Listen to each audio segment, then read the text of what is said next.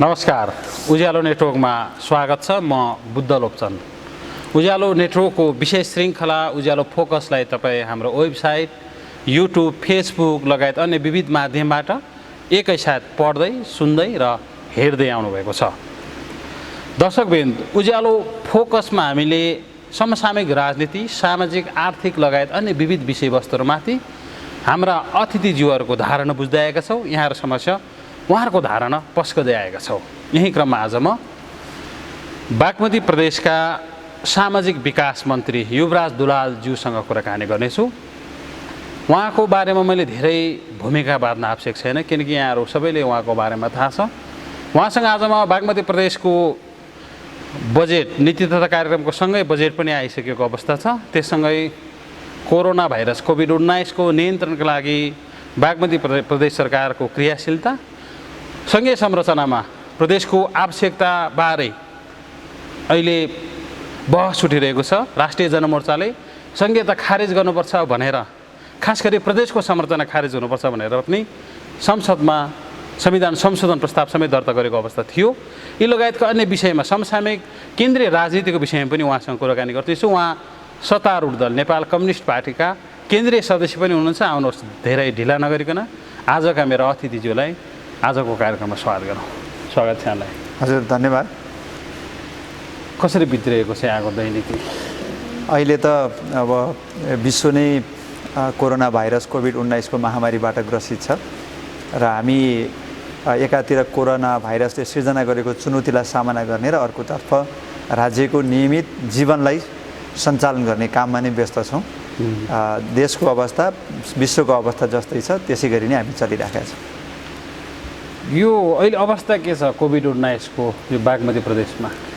COVID-19 को समग्र नेपाल अहिले जोखिमको उच्च अवस्थामा छ। हामी सङ्क्रमण फैलन सक्ने एउटा चुनौतीपूर्ण अवस्थामा छौँ।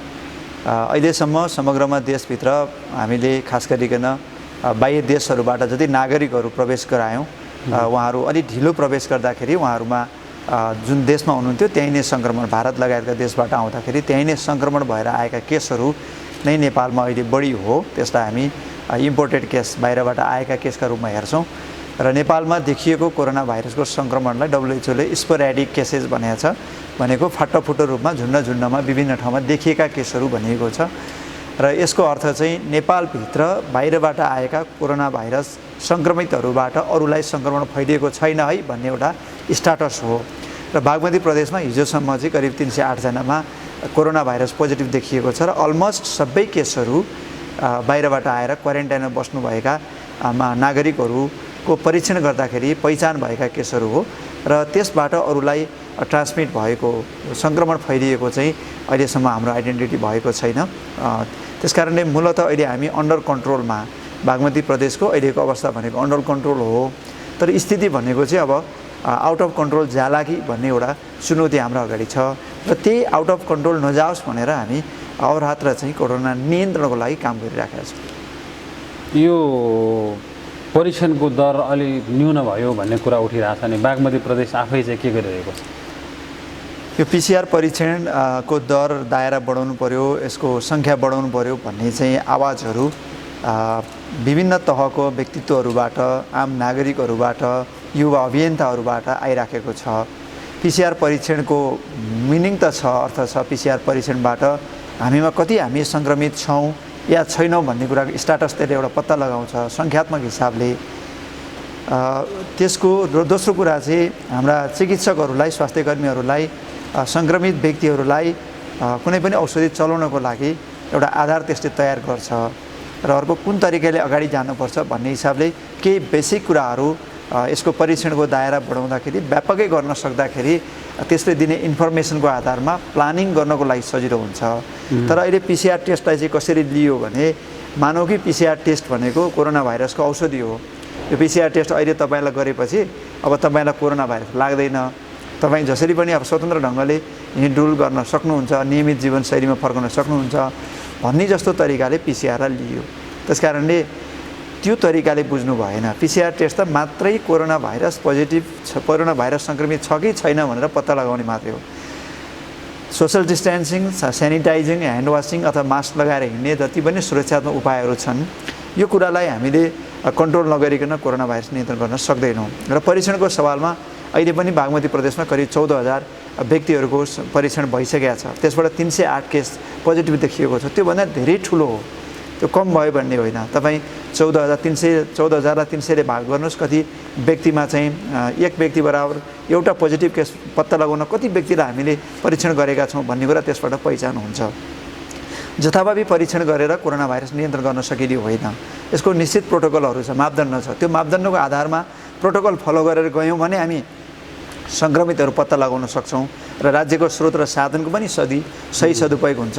प्रोटोकल फलो नगरिकन विभिन्न प्रेसरमा बहकावमा हामी अगाडि बढ्यौँ भने स्रोत र साधनको एकातिर चाहिँ दुरुपयोग हुने खतरा, अर्कोतिर हाम्रा जनशक्तिहरू अभाव हुने, हाम्रा ल्याबहरूको क्यापासिटी अनुसार फुल फङ्सनमा चल्न नसक्ने, ओभरलोडेड हुने यस्ता स्थितिहरू हुन्छ। त्यसकारणले आवश्यक पर्दाखेरि त जति पनि गर्ने हो, तर अहिले चाहिँ प्रोटोकलभन्दा बाहिर गएर जथाभावी परीक्षण गर्नु चाहिँ मेरो दृष्टिकोणमा राम्रो हुँदैन। बजेट आएको छ भर्खरै बागमती प्रदेश सरकारको, यो समग्र विषयले चाहिँ कतिको समेटिएको छ? अहिले बागमती प्रदेशको यस वर्षको नीति तथा कार्यक्रम र बजेट दुवै कोरोना भाइरस कोभिड-19लाई केन्द्रित गरेरै आएको छ। यसबाट अर्थतन्त्रमा सिर्जना भएको चुनौतीलाई कसरी सामना गरेर जाने, रोजगारीमा पार्न सक्ने असरलाई कसरी न्यूनीकरण गरेर जाने, आन्तरिक उत्पादन, कृषिजन्य पदार्थ लगायतको आन्तरिक उत्पादनलाई कसरी विस्तार गरेर जाने, स्वास्थ्य क्षेत्रमा कोरोना कोभिड-19लाई नि कसरी नियन्त्रण गर्ने र हाम्रा स्वास्थ्य संस्थाहरूको स्तर उन्नति कसरी गर्ने र गुणस्तरीय स्वास्थ्य सेवा सबै नागरिकलाई समान पहुँचमा पुर्याउनको लागि के गर्नुपर्छ भन्ने कुराहरू जो हाम्रो संवैधानिक अधिकार पनि हो, त्यसरी हामी केन्द्रित भएर र यो अहिलेको जुन खालको बजेट खर्च नहुने, विकास निर्माणका केही आयोजनाहरू सञ्चालन हुन नसक्ने अवस्थाहरू सबै कुरालाई मध्यनजर गरेर स्वास्थ्यलाई पहिलो केन्द्रित गरेर रोजगारी सृजना गर्ने र कृषि क्षेत्रको विकासलाई केन्द्रित गरेर र त्यसपछि हामीले शिक्षा, भौतिक पूर्वाधार लगायतका क्षेत्रहरू समेटेर केन्द्रितको कुरा तपाईँले गर्नुभयो होइन? हजुर, ठ्याक्कै के ल्याउनु भएको छ? रोजगारको सम्बन्धमा विदेशबाट फर्किनेहरू बेरोजगारी छँदैछन्, यहाँ पनि रोजगारी गुमाएकोहरू धेरै छन्। अब कसरी रोजगार पाउँछन्, के उल्लेख गर्नुभएको छ? पढ्न त हामीले पढेका छौँ। रोजगारको सवालमा हामीले अहिले जसरी एक हिसाबले संसारै डुब्यो भन्ने हिसाबले भयावह जस्तो तरिकाले सोचिराखेका छौँ, मलाई लाग्छ परिस्थिति केही सहज भएपछि संसार फेरि आफ्नो लयमा फर्कनुपर्छ।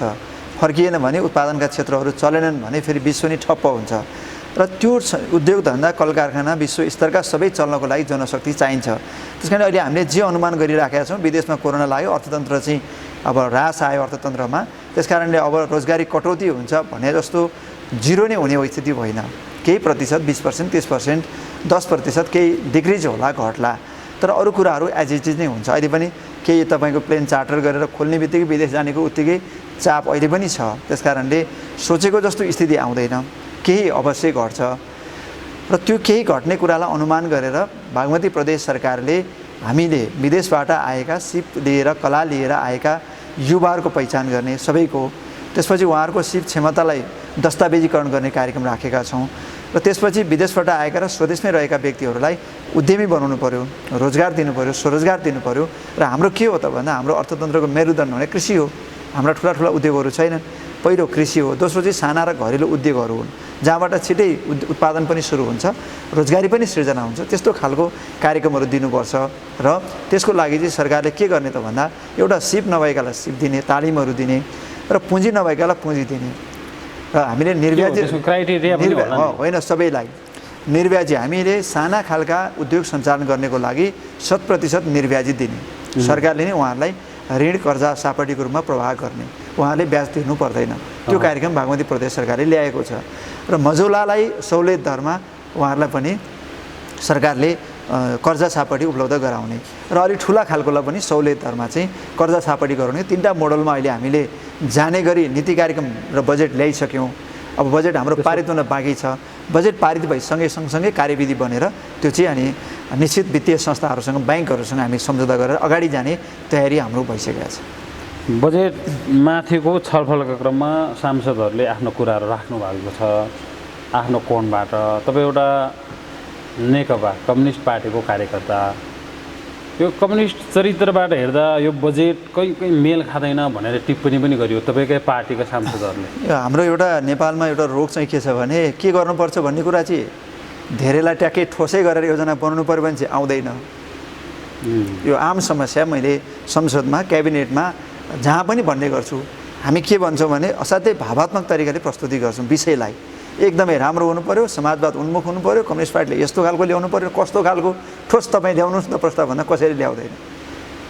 मैले भोगेको अहिले मैले यो 2 वर्षमा नीति कार्यक्रम र बजेट बनाउँदा भोगेको र मेरो आफ्नो व्यक्तिगत अनुभव के हो भने हाम्रो मन्त्रालयबाट अथवा आफूले नेतृत्व गरेको मन्त्रालयबाट मन्त्री लगायत उच्च पदस्थ कर्मचारीहरू जो नीति निर्माणमा हामी संलग्न हुन्छौँ, सांसद र सरकारवालाहरू सबैको सुझावबाट हामीले जे निर्माण गरेका छौँ मलाई लाग्छ त्यो कम्युनिस्ट सिद्धान्त अनुसार नेपालको संविधानले निर्देश गरे अनुसार र समाजवाद उन्मुख खालकै छ। त्यो भनेको के हो भने त्यो किन आउँछ भने के बनाउनु पर्छ के हुन्छ भन्ने कुरा थाहा नभएपछि आरोपको लागि आरोप लगाउने भएर आयो। हो, दुईटा कुरा, एउटा त सबै कुरा भने जस्तो छैन, त्यो हुँदैन, त्यो एउटा क्रममा छ। जस्तो हामी भन्छौँ हामीले सबैभन्दा बढी सपोर्ट गर्नुपर्ने भने त तल्लो वर्गको नागरिकहरूलाई हो। हाम्रो ठाउँमा मजदुर र किसानहरूको लागि हो, अल्पसङ्ख्यकहरूको लागि, दलित जनजाति लगायत हिजो जो उत्पीडनमा परेर आर्थिक हिसाबले पनि तल परेको वर्गको लागि हो। त्यो वर्ग केन्द्रित खालको कार्यक्रमहरू हामीले अझै व्यवहारिक खालको कार्यक्रम डिजाइन गर्नको लागि के चुनौतीहरू अहिले पनि छन्। जस्तो किसानले प्रत्यक्ष रूपमा राज्यको तर्फबाट लाभ प्राप्त गर्नु पर्यो, त्यसले गर्दा सबैको जीवनस्तर उकासिन्छ। दुईटा तरिका हुन्छ, एउटा ठुला मेगा प्रोजेक्टहरू सञ्चालन गर्नुपर्छ राज्यले, जसले ठुला विकास निर्माणका कार्यले गर्दाखेरि ठुलो रोजगार सृजना गर्छ, उत्पादन ठुलो बढाउँछ। त्यस कारणले आन्तरिक खपत पनि त्यस्तै हुन्छ, आन्तरिक आपूर्ति पनि हुन्छ र बाह्य रूपमा हामी निकासी पनि गर्न सक्छौँ भने अर्कोतर्फ चाहिँ धेरै जनसङ्ख्याको ठुलो हिस्सा चाहिँ कृषि पेसामा संलग्न भएको कारणले कृषिमा राज्यको लगानी नबढाएसम्म उहाँहरूको जीवनस्तर माथि आउँदैन। त्यो तरिकाले जानुपर्छ भनिएको छ, हामी त्यही तरिकाले जाँदैछौँ प्रदेशमा। जस्तो उत्पादनमा हामीले तपाईँको जनतालाई अनुदान दिने उदाहरण म दिन चाहन्छु। प्रत्येक किसानले दुध उत्पादन गरेर उसले बिक्री गरेपछि बिक्रीको आधारमा उसले कति भोल्युममा कति मात्रामा उसले बिक्री गर्छ त्यसलाई चाहिँ प्रति लिटर 2 रुपियाँको दरले उसको बजार मूल्यमा सरकारले थपेर दिने एउटा उदाहरण गत वर्षबाट सुरु भएको, अहिले थपिसक्यो हामीले। सुरु भइसक्यो प्रदेशमा किसानहरूले दुध बारम्बार सडकमा खन्याएको छ। यो त म भन्दैछु पहिलो कुरा त्यसरी एउटा मोडल मैले सुनाउन खोजेको। यसै गरी बिउ बिजनमा सहुलियत दरमा सक्दाखेरि निःशुल्क दिने पनि हाम्रो छलफल चलेको हो र अहिले राज्यले नजान्दाखेरि बिउ बिजनमा सहुलियत दरमा दिने, अन्य कुराहरूमा सहुलियत दिने, त्यो तरिकाले हामी जानेर पहिलाको जस्तो तपाईँको केहीले लाखौँ करोडौँ पैसा पाउने अनि आम किसानले केही पनि नपाउने त्यो खालको जुन विकृति थियो त्यसलाई चाहिँ करेक्सन गरेर जाने तरिकाले नै हामीले ल्याएका छौँ। मेजर कुरा यो हो।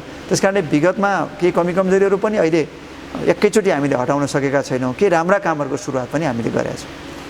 त्यही त मैले अघि भने नि तपाईँको कार्यक्रमहरू छ, कार्यान्वयनको तह चाहिँ फितलो हुँदै गएको हो। एउटा मन्त्रीले जे सोध्छ नि त्यो ढङ्गबाट मुभमेन्ट नहुने होइन। यो अलिकति केही नीतिगत त्रुटिहरू हामी सच्याउँदैछौँ। केही विषयहरू जस्तो हाम्रो कार्यान्वयनको मोडालिटी आर्थिक वर्षको पहिलो चौमासिकमा काम नहुने, विगतमा त साउन असारको मसान्तमा बजेट आउँथ्यो, अहिले जेठ 15 गते केन्द्रले बजेट ल्याउँछ, असार 1 गते प्रदेशले बजेट ल्याउँछ। यो किन ल्याइएको हो भने नीतिगत कुराहरू चाहिँ यो असारभित्र सम्पन्न होस् र साउनबाटै कार्यक्रम कार्यान्वयन होस् भन्ने हिसाबले ल्याइएको हो।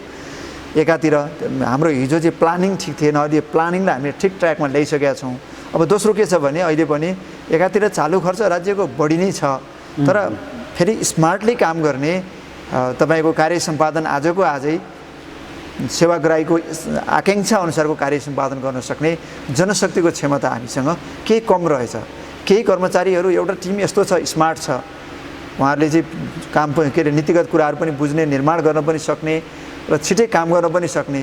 केही टिम के छ भने त्यो प्लानिङमा पनि काम गर्न सक्ने, स्वास्थ्य के अरे कर्मचारी हुने बित्तिकै सबै कुरा जानकार भइसकेका हुँदैन, उसलाई पनि नीतिगत कुराहरू, कानुनी कुराहरू, प्रक्रियाका कुराहरू झन्झटिला हुन्छन् र त्यसको कारणले पनि कार्य सम्पादन क्षमताको केही चुनौतीहरू मैले देखेको छु। र केही हाम्रो प्रवृत्ति छ कि तपाईँको जनताको कामको महत्त्वलाई चाहिँ नजरअन्दाज गरिदिने, भोलि आउनुहोस् भनेर तपाईँको मानौ केही पनि होइन भने जस्तो विभिन्न गलत नियतले झुलाइदिने प्रवृत्ति पनि छ र त्यो प्रवृत्तिमाथि हामी प्रहार गर्दै त्यसलाई न्यूनीकरण गर्दै जाने र सेवा प्रवाहलाई चुस्त पार्दै जाने, वान डोर सिस्टमबाट काम गर्दै जाने, त्यो तरिकाको अब प्रक्रिया चाहिँ सुरुवात भएको छ। तपाईँले यो सङ्घीय संरचनाको प्रदेश सरकारको पहिलोपटकै मन्त्री हुनुभयो, त्यो सौभाग्य तपाईँलाई प्राप्त भयो। केमा फोकस गर्नुभयो बिचमा यो बागमती प्रदेशको मन्त्रीको रूपमा तपाईँको ध्यान? होइन, अहिले सङ्घीयतामा प्रदेशलाई सबैभन्दा बढी चुनौती थियो आफ्नो अस्तित्व र आफ्नो चाहिँ प्रदेशको औचित्य पुष्टि गर्ने कुरा, सङ्घीयताको औचित्य पुष्टि गर्ने कुराको मुख्य चुनौती अहिले प्रदेश सरकारहरूले सामना गरिराखेको छ।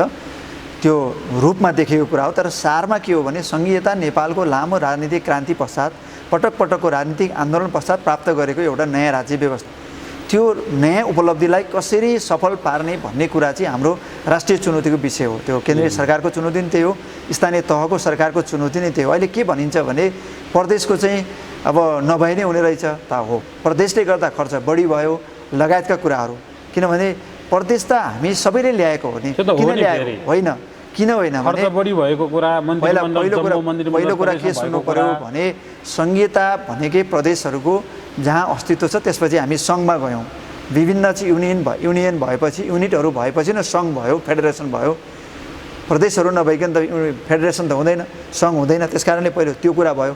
त्यो किन ल्यायो त हामीले मन्त्रीहरू कर्मचारीहरू सांसदहरू बढी बढाउन ल्याएको हो त भन्दा त्यो त होइन।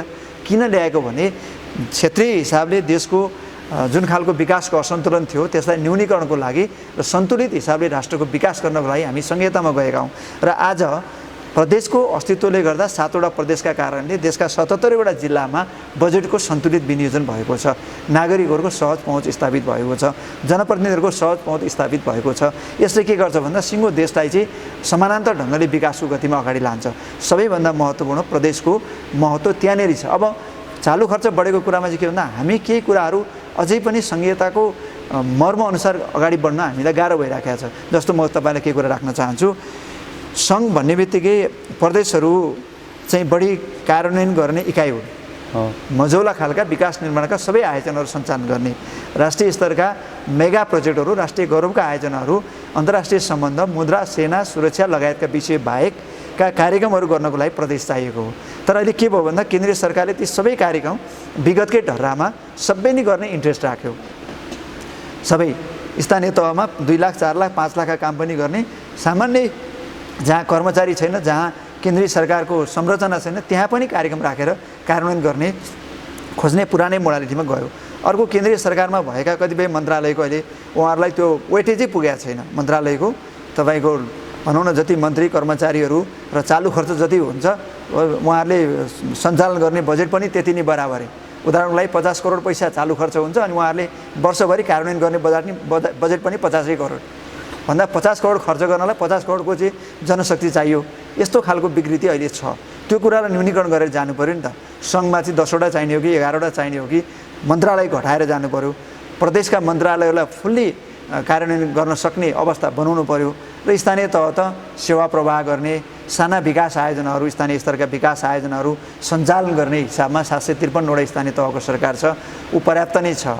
र स्थानीय तहका पनि सेवा प्रवाहको अधिकारहरू स्थानीय तहलाई नै दिने त्यो तरिकाले हामी जानु पऱ्यो नि त। त्यस कारणले हामीले कार्यक्रम डेलिभरी गर्न नसक्ने, ह्यान्डओभर गर्न नसक्ने, कार्यक्रम सबै केन्द्रमा राख्ने, स्रोत पनि धेरै केन्द्रमै राख्ने अनि प्रदेश प्रभावकारी भएर भन्ने कुरा चाहिँ त्यो मिल्दैन, त्यो तर्कसँग छैन। तपाईँहरूको पनि कमजोरी हो नि त।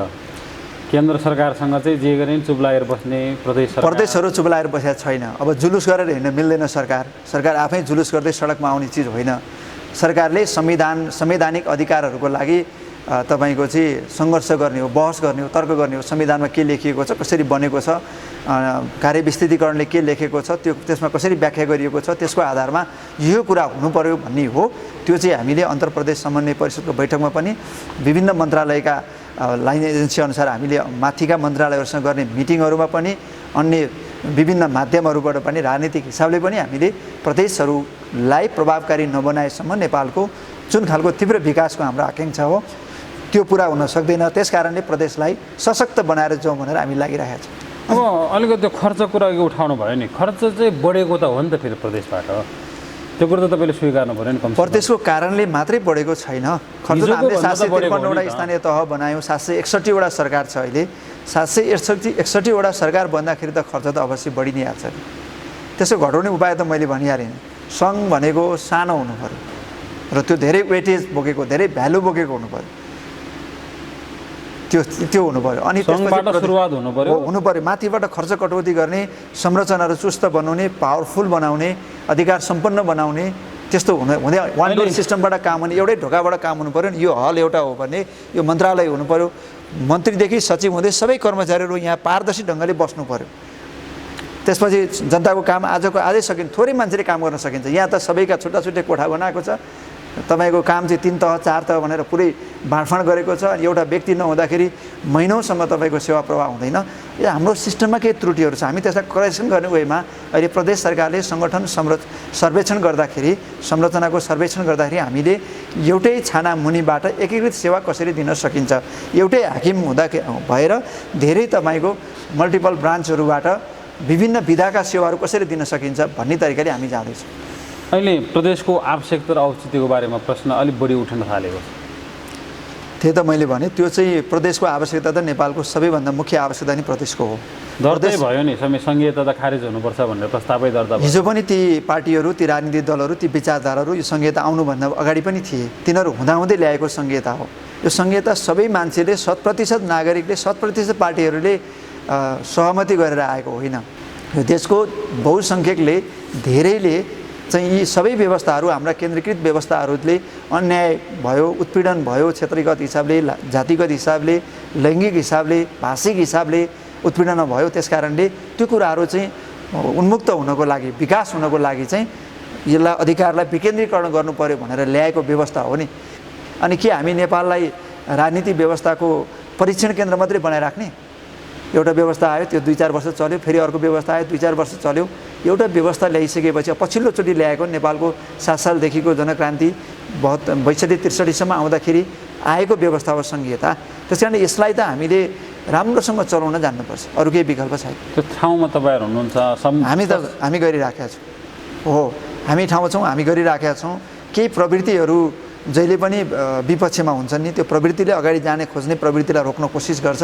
त्यसलाई कसरी पराजित गरेर अगाडि जाने भन्ने तरिकाले हामी मेहनत गरिरहेका छौँ। अब यो बिचमा प्रदेश सरकारको सामाजिक विकास मन्त्रीको हैसियतमा यसो गर्न पाए हुन्थ्यो भनेर अझै खड्केको त्यस्तो काम चाहिँ के छ तपाईँको? अहिले एउटा मुख्य त सोच्नुभयो होला नि। अनि मैले भनिहालेँ, खास गरिकन देशको परिवर्तन गर्ने भनेको हामीले तीव्र विकासको आकाङ्क्षा हामीलाई छ, तर हाम्रो स्रोत र साधन कति छ, त्यसलाई कति प्रयोग गर्न सक्छौँ, हाम्रो सामर्थ्य कति छ भन्ने कुरा नि हामीले मूल्याङ्कन गर्नुपर्छ। र अर्को कुरा, हामी शीघ्र प्रशंसाको अथवा शीघ्र विकासको अपेक्षा र केही पपुलर कामहरू गरेर अगाडि जाउँ भन्ने खालको र अरूबाट प्रभावित भएर अरूको दबावमा रहेर कार्यक्रम विकास गर्ने हाम्रो चलन छ। र त्यसबाट जानु हुँदैन। मैले अहिले गर्न कोसिस गरेको के हो भने दिगो विकासलाई मध्यनजर गर्दै आजको आजै रिजल्ट खोज्ने होइन। कोही 5 वर्षमा होला, कोही 10 वर्षमा होला, कोही 15 वर्षमा होला, कोही 20 वर्षमा होला। तर हामी जनप्रतिनिधिहरू, राष्ट्र सेवकहरू, राष्ट्र निर्माताहरू, हामीमा एउटा विश्वास हुनु पर्यो, आत्मविश्वास, आँट हुनु पर्यो, धैर्यता हुनु पर्यो, भिजन हुनु पर्यो। त्यो तरिकाले अगाडि जानु पर्यो। तर अहिले समस्या सबैतिरबाट त्यही कुराहरू आउँछ। यही कुरा अब तपाईँले अघि नै भनिहाल्नुभयो, एकातिर असन्तुष्टि, बजेट राम्रो भएन भनेर असन्तुष्टि व्यक्त गर्ने, समाजवाद उन्मुख भएन भनेर असन्तोष व्यक्त गर्ने, अनि अर्कोतिर तपाईँको क्रियापुत्री भवन बनाउन, मसानघाट बनाउन, एउटा सानो मन्दिर बनाउन, मठ बनाउन, होइन, साना साना कार्यक्रमलाई बजेट माग गर्ने। त्यसरी होइन नि त। त्यो त विभिन्न तहको सरकारको आफ्नो जुरिडिक्सन छ, त्यो अनुसार जानुपर्छ। त्यस कारणले प्लान्ड वेमा काम गर्ने मेरो उत्कट आकाङ्क्षा छ, एकदमै प्लान्ड वेमा। के रहेछ त्यसको बाधक पाउनुभयो होला? प्लान्ड वेमा यही हो हाम्रो मानसिकता र यो अस्वस्थ खालको राजनीतिक प्रतिस्पर्धा यो पार्टीभित्र प्लानमा जाने तपाईँको योजनामा। मैले त कोसिस गरेको छु। मलाई लाग्छ म 50% भन्दा माथि नै मन्त्रालयलाई एउटा प्लान्ड वेमा काम गर्ने कुरामा म चाहिँ सफलै भएको पाउँछु। जे सोच्नु भएको छ त्यस्तो भएको छ। हामीले जस्तो शिक्षाको क्षेत्रमा पनि योजनाबद्ध तरिकाले कामहरूको सुरुवात गरेका छौँ। स्वास्थ्यको क्षेत्रमा हामीले स्वस्थ नागरिक निर्माण गर्ने अभियानको रूपमा योजनाबद्ध तरिकाले काम गरेका छौँ। हामीले खेलकुद पूर्वाधार विकासको क्षेत्रमा योजनाबद्ध तरिकाले पूर्वाधार विकास गर्न काम गरेका छौँ। युवाको क्षेत्रमा हामीले काम गरेका छौँ। मलाई लाग्छ सामाजिक विकास मन्त्रालयले जति पनि काम प्रदेश सरकारको तर्फबाट गर्न कोसिस गरेको छ, दिगो विकासलाई केन्द्रमा राखेर योजनाबद्ध तरिकाले अगाडि बढाएको छ। प्रदेशको विषयमा एउटा अलिक बितेको प्रश्न उठाउन चाहन्छु। गइसकेको कुरा तैपनि तपाईँसँग भेट्दा यो संवादमा यो नउठाउँदा अलिकति अपुरो हुन्छ जस्तो लाग्यो। अघि तपाईँले भन्नुभयो प्रदेशले चाहिँ जनताको माझमा नजिकमा सत्ता लगिएको छ, सरकारको अनुमति दिलाएको छ, विकासको आकाङ्क्षा पुरा गर्न काम गरेको छ भन्नुभयो।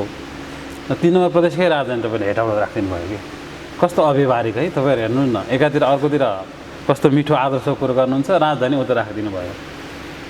राजधानी हेटौँडा नै भयो, हामीले नै गरेर भएको हो, त्यसमा दुई मत भएन। अब किनभने सरकारमै तपाईँहरू निर्णय गरेर हामीले गरि नै सक्यौँ। त्यो राजधानी हामीले भौगोलिक केन्द्रको हिसाबले म लगायत हामी धेरैले काभ्रे पलाञ्चोक जिल्लाको धुलीखेल बनेपा पनौती आसपासलाई राजधानीको रूपमा विकास गरेर जानुपर्छ भने लामो समय हामीले त्यसको वकालत पनि गऱ्यौँ, बोल्यौँ पनि। तर त्यसको लागि मन्त्री परिषदमा, संसदमा सबैतिर राजनीतिक हिसाबले हामीले लबिङ पनि गऱ्यौँ, सबै गऱ्यौँ।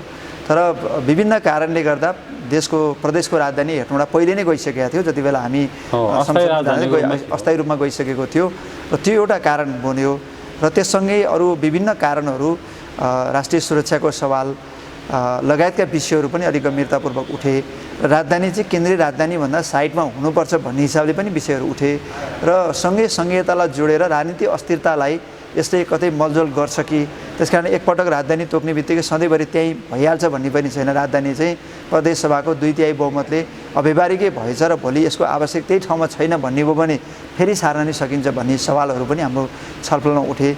र सम्पूर्ण छलफल बहसबाट अहिलेलाई हेटौँडै गर्नु उपयुक्त हुन्छ र त्यसको क्षतिपूर्ति स्वरूप सबै नागरिकहरूलाई सहज पहुँच स्थापित गर्ने हिसाबले सबै जिल्लाहरूमा एकीकृत सेवा कार्यालयहरू राख्ने र निर्देशनालय लगायतका चाहिँ अलि प्रदेश स्तरमा सेवा प्रवाह गर्ने विकास निर्माणका कार्यक्रमहरू सञ्चालन गर्ने कार्यालयहरू चाहिँ भूगोलको केन्द्रमा राख्ने र मन्त्रालय लगायतका विषयहरू यहाँले उठाउनु भयो। त्यो कार्यान्वयन भएन भनेर कुरो उठिरहेको थियो नि, हामी गरिराखेका छौँ। अहिले भर्खरै चाहिँ भएको हो, जिल्ला यही वर्ष गर्ने कुरा थियो। कोरोनाको कारणले हामीले सङ्गठन सर्वेक्षण गरिकन त्यसलाई अहिले होल्डमा राखेका छौँ। क्षतिपूर्ति चाहिँ दिने नै हो, त्यो त गर्ने नै हो। प्रदेशहरू जिल्लाहरूमा सेवा कार्यालय, प्रदेशको एउटा कार्यालय मन्त्री परिषद त्यहाँ भयो, अरू विभिन्न मुख्य कार्यालयहरू नीति निर्माण गर्ने कार्यालयहरू हेटौँडामा हुन्छ, तर कार्यान्वयन गर्ने कार्यालयहरू चाहिँ पाएक पर्ने ठाउँमा हुन्छ।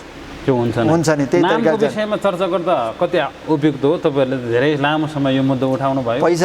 पहिचानको कुरा अथवा नवीनतामा जानुपर्छ भन्ने कुरा एउटा राजनीतिक आन्दोलन हो। त्यो कहिले पनि मर्दैन। हामी जहिले पनि त्यसको लागि चाहिँ राजनीतिक गरिराख्छौँ। तर अहिलेको लागि प्रदेश सभाको मेजोरिटी चाहिँ यही नाममा जाने भन्ने हिसाबले आयो र हामी त्यसमा नामैमा लामो बहस गरेर चाहिँ अनिर्णयको बन्दी बन्नुको चाहिँ खासै अर्थ छैन भनेर हामी अगाडि बढ्यौँ। अब अलिकति राष्ट्रिय राजनीतिमा पनि टिप्पणी गर्नुहुन्छ तपाईँ, सामाजिक सञ्जाल मार्फत राष्ट्रिय गतिविधिमाथि विशेष चासो राख्ने, आफ्नो धारणा राख्ने गर्नुहुन्छ।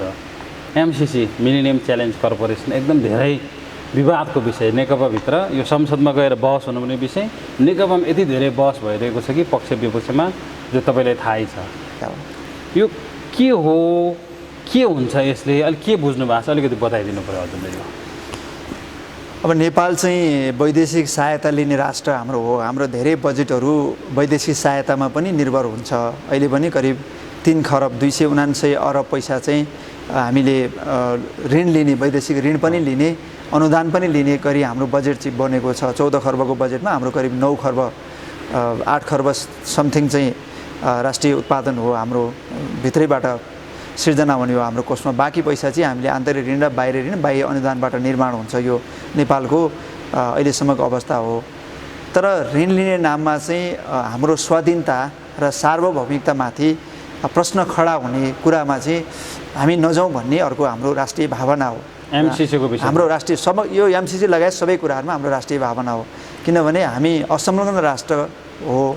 हामी कुनै पनि युद्ध लगायतको फौजी संरचनाहरूमा, सैन्य संरचनाहरू विश्व स्तरमा बन्ने गठबन्धनहरूमा नेपाल रहँदैन। हाम्रो नीति हो। म भन्दैछु। त्यस कारणले अहिले एमसिसीको छलफल चलेको छ। एमसिसीको छलफलमा मेजर अहिले कुरा के हो भने एमसिसीको 55 अर्ब पैसामा समथिङ पैसामा हामीले लोभ गर्दाखेरि नेपालको स्वाधीनतामाथि नै आँच आउँछ कि, र इन्डो पेसिफिक स्ट्राटेजी अमेरिकाको जुन सैन्य रणनीति छ त्यो रणनीतिको अङ्गको रूपमा मिलेनियम च्यालेन्ज कर्पोरेसन हैन त्यो हो कि भन्ने हिसाबले जुन हामीले त्यसका नजिरहरू पत्ता लगाइराखेका छौँ, त्यस हिसाबले त्यो भएको अवस्थामा र त्यसै गरी जाँदाखेरि चाहिँ राष्ट्रिय स्वाधीनताभन्दा माथि पैसा होइन भन्ने एउटा हाम्रो लजिक हो। र र अर्को यसरी हो, यसलाई अझ यसरी क्लियर गरौँ न, तपाईँको नजरमा चाहिँ त्यो राष्ट्रिय स्वाधीनताभन्दा माथि हो कि होइन? राष्ट्रिय स्वाधीनताभन्दा माथि एमसिसी होइन, 55 अर्ब होइन, 55 खर्ब पनि हुँदैन। त्यसो भए एमसिसी राष्ट्रघाती छ अहिलेको बुझाइ हेर्दा? एमसिसीले अहिले यस्तो हो, यो त अन्डर डिस्कसनमा छ, अहिले हामी पढिराखेकै छौँ। त्यसका बुँदाहरूलाई अब व्याख्या गर्दाखेरि त्यसले सन्देह पैदा गर्छ, जस्तो त्यसको इन्टेलेक्चुअल प्रपर्टीकोमा अथवा प्याटेन्ट राइट चाहिँ युएससँग मात्रै हुने, एमसिसी लागू भएका क्षेत्रहरूमा त्यो भूगोलहरूमा उसको उपस्थिति हुन सक्ने, एमसिसीको चाहिँ लगायतका खर्चहरूको अडिटमा नेपाल सरकारको तर्फबाट कुनै नहेर्ने लगायतका कुराहरूले एमसिसी परियोजना स्वीकृत गर्नु पूर्व चाहिँ भारतीय सरकारको सहमति लिनुपर्ने लगायतका जस्ता विषयवस्तुहरूले सन्देह पैदा गरेको छ। किन भन्दा भोलि आइपिएस इन्डो पेसिफिक स्ट्राटेजी अन्तर्गत चाहिँ उदयमान शक्ति राष्ट्र भारतलाई पनि अमेरिकाले युएसले आफ्नो नजिक राखेर लान खोजिराखेको सन्दर्भमा त्यसको कतै हामी भोलि शिकार त हुँदैनौँ भन्ने गम्भीर प्रश्न हाम्रो अगाडि छ। त्यसकारणले ती विषयहरूलाई अहिले कानुनी बहस गर्दाखेरि जुन सन्देह पैदा भएको छ, सन्देहमा चाहिँ अगाडि जानु ठिक छैन। त्यसकारण यसमा क्लियर गरेर अगाडि जानुपर्छ। कसरी क्लियर? राष्ट्रिय सहमति कायम गरेर, राष्ट्रिय सहमति गरेरै अगाडि जानुपर्छ, क्लियर गरेरै अगाडि जानुपर्छ। अमेरिकाले पनि यसलाई रिथिङ्क गर्नुपर्छ। कुनै पनि देशको आन्तरिक विवाद सिर्जना गर्ने तरिकाले आफ्ना विकास निर्माणका परियोजनाहरू अगाडि बढाउँदाखेरि उसलाई पनि फाइदा हुँदैन। अहिलेकै स्थितिमा एमसिसी पास हुनु यसरी जानु हुँदैन। किन भन्दाखेरि जस राष्ट्रिय स्तरमा लिन सक्ने गरी हामी जानुपर्छ। भएन भने के गर्ने त? अमेरिकालाई नै हामीले भन्नु पर्यो हाम्रो राष्ट्रिय एकतामाथि हाम्रो चाहिँ खलल आउने भयो, त्यस कारणले हामी तपाईँहरूका अरू सबै निशर्त सहयोगहरू लिने गरी यसलाई हामी होल्ड गर्न पनि सक्छौँ भन्नु पनि पर्ने हुनसक्छ। एमसिसीको अहिलेको स्थितिमा पास हुनु भएन। अहिलेको स्थितिमा पास हुने भए त अगाडि नै पास भइसक्थ्यो नि। एमसिसी धेरै अगाडि, संसद धेरै अगाडि पनि जान खोज्या हो। अहिले पनि संसदमै छ एमसिसी, संसदमा दर्ता भइसकेको हो नि त एमसिसी। किन पास भएन भने यसकै लागि यत्तिकै जाँदाखेरि फाइदा छैन कि भनेर नेपाल कम्युनिस्ट पार्टी नेकपाले त एउटा उच्च स्तरीय संयन्त्र पनि बनायो, त्यसले प्रतिवेदन पनि बुझायो। तर नेकपाको त्यो कार्यदलको प्रतिवेदन मान्न आवश्यक छैन भनेर प्रधानमन्त्रीले भनिसक्नुभयो। नेकपाको कार्यदल, नेकपाको प्रतिवेदन मान्न आवश्यक छ कि छैन भने नेकपाको बैठकले निर्णय गर्छ। सम्माननीय प्रधानमन्त्री, राजनीतिक सल्लाहकारज्यूहरू अथवा मेरो कुरा पनि आधिकारिक कुरा नहुन सक्छ, मेरो व्यक्तिगत तर्क हुन्छ। जे कुरा हो त्यो पार्टीको सचिवालय छ, हाइकमान्ड, त्यसपछि स्ट्यान्डिङ कमिटी छ, स्थायी समिति, त्यो कमिटीहरूले औपचारिक निर्णय गर्ने कुरा चाहिँ नेकपाको निर्णय हुन्छ।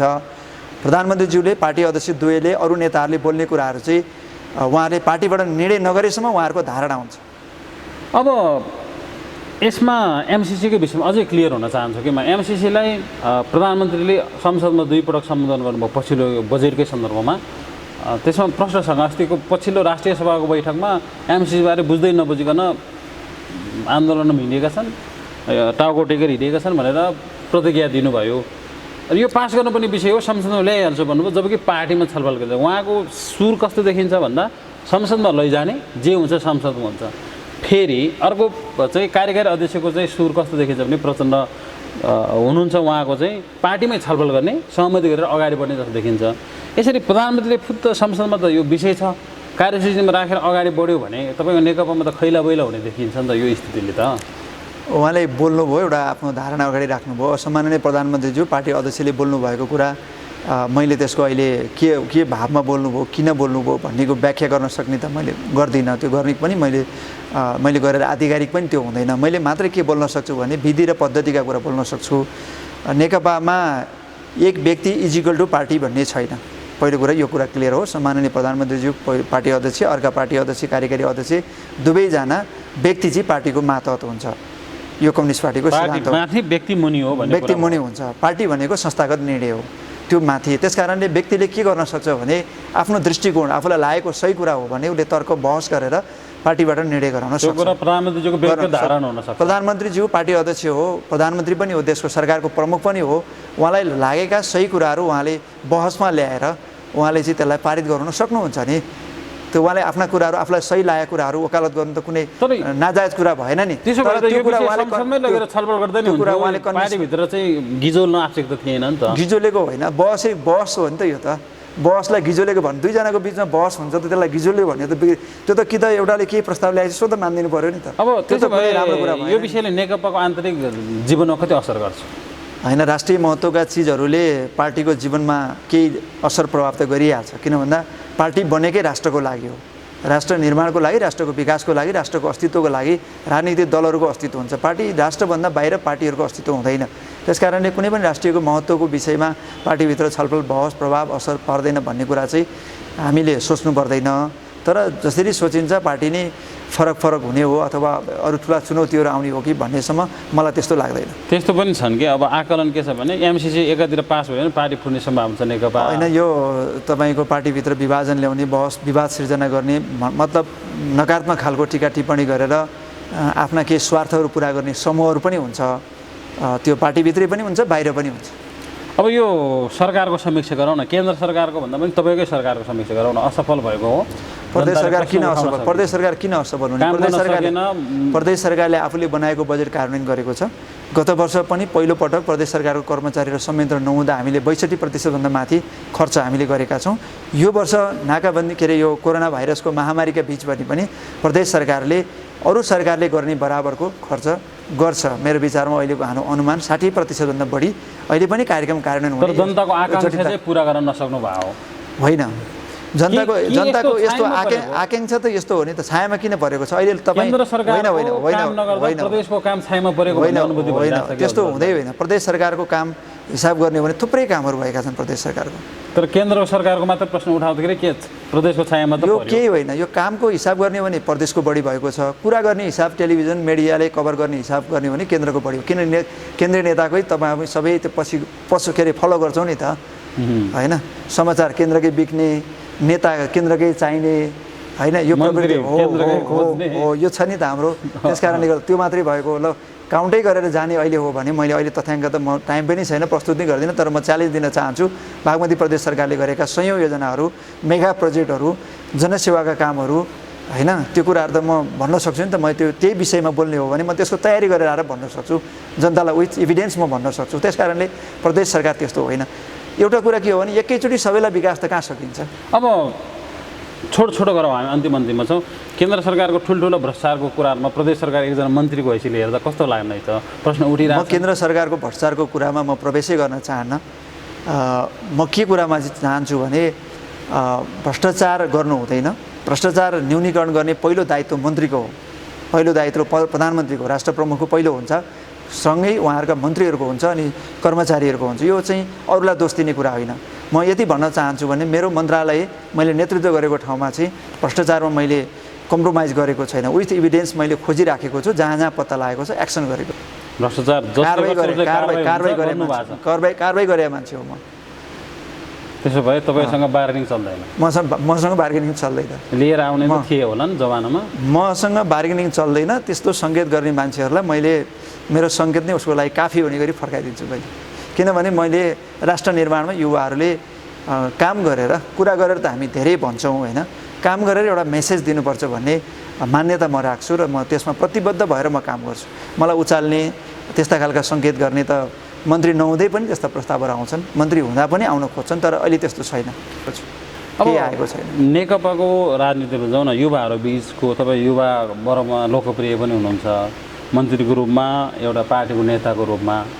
तर अब केन्द्रमा विवाद हुँदा पूर्व माओवादीले एमालेलाई खेद्ने, पूर्व एमालेले माओवादीले खेद्ने, मन नमिलेको अवस्था, यो चाहिँ कहाँ गएर टुङ्गिन्छ? सबैको अस्तित्व स्वीकार गर्नुपर्छ। पार्टी भनेको विभिन्न विचार, विभिन्न प्रवृत्तिहरूको एउटा समुच्च, एउटा सामूहिक रूप पनि हो। पार्टीमा बहुमतको कुरा अथवा पार्टी सिद्धान्त जे पारित गर्छौँ हामी पार्टीका अधिवेशनहरूबाट, त्यो कुरालाई चाहिँ जे दस्तावेज हाम्रो बन्छ त्यसलाई मानेर जानुपर्ने हुन्छ। त्यस कारणले यो पार्टीभित्र हिजो यो पार्टी एकताभन्दा अगाडि पनि पूर्व एमाले, पूर्व माओवादी हुँदाखेरि पनि त्यहाँभित्र पनि थुप्रै विचारधाराहरू, समूहहरू भएर सङ्घर्ष गरेरै आएको हो र पार्टी एकतापछि पनि विचारधारा, बहस हुने, टिमवर्क गर्ने प्रवृत्ति हुन्छ नै त्यो। त्यसलाई हामीले चाहेर पनि अन्त्य गर्न सक्दैनौँ। तर सबैको अस्तित्व स्वीकार गरेर अगाडि जानुपर्छ। यो कहाँ गएर एकले अर्कालाई खुट्टा तान्ने प्रवृत्ति आफैमा गलत प्रवृत्ति हो। पार्टीमा सुपेरियर हुनको लागि अर्कालाई बदनाम गरेर सुपेरियर हुने होइन, आफूले राम्रो काम गरेर हुनुपर्छ। यसको अन्त्य भनेको एकता सङ्घर्ष रूपान्तरण हो। यसको अन्त्य भनेको चाहिँ आफ्ना कुराहरू राख्ने, सबैको अस्तित्व स्वीकार गर्ने र सही कुरालाई मानेर अगाडि जाने, बहस गरेर जाने, बहसलाई विवादको रूपमा र विवादबाट चाहिँ विभाजनतिर जान नदिने तरिकाले अगाडि बढ्ने हो। यसको अन्त्य भनेको निरन्तर छलफल नै हो। छलफलको माध्यमबाट यो चाहिँ निरपेक्ष कुरा वाद-विवाद यो निरन्तर हो। पार्टीभित्र चलिरहन्छ। निरपेक्ष कुरा हो, सधैँ चल्छ यो। अन्तिममा एउटा युद्धमा होमेर आउनुभएको मान्छे सरकारको मोर्चा सम्हाल्दा र त्यति बेलाको कल्पना सरकारमा हुँदा यस्तो हुन्थ्यो कि भन्ने जो कल्पना थियो कतिको फरक रहेछ त्यो? मैले त सरकारको बारेमा गरेको कल्पना र अहिले गरिराखेको व्यवहार भोगेको कुरामा मेरो केही फरकै छैन। म बाहिरै बसेर पनि सरकारको गहन अध्ययन गर्थेँ। यसको बारेमा म विभिन्न माध्यमबाट कर्मचारी, जनप्रतिनिधि, सरकारका चाहिँ नेता मन्त्रीहरू सबैसँग गर्थेँ। त्यसकारणले मलाई त्यस्तो केही फरक अनुभूति भएको छैन। नेपालको कर्मचारी तन्त्रमा के समस्याहरू छन् भन्ने कुराको अझ गहिरो ज्ञान चाहिँ मलाई प्राप्त भएको छ, तर अनुभूतिको हिसाबले मलाई फरक केही पनि लागेको छैन। हिजो जे सोच्नु भएको थियो त्यस्तै पाउनु भएको छ? यो सरकार यस्तो छ, अहिलेको हाम्रो सिस्टम यस्तो छ भनेर मैले अनुमान गरेकै थिएँ, त्यस्तै नै छ र त्यसलाई यस्तो बनाउनुपर्छ भन्ने एउटा लक्ष्यका साथ अहिले अगाडि बढ्ने कोसिस भइरहेको छ। हुन्छ, यहाँलाई धन्यवाद दिन चाहन्छु। हजुर, धन्यवाद। हामीलाई हेरिदिनु भएकोमा तपाईँ सम्पूर्णलाई धेरै धन्यवाद दिन चाहन्छु। आजको कार्यक्रमको संयोजन गरिदिनु भएकोमा मित्र अनिस तामाङ र दीपक नेउपानेज्यूलाई हार्दिक धन्यवाद दिँदै म बिदा हुन चाहन्छु। नमस्ते।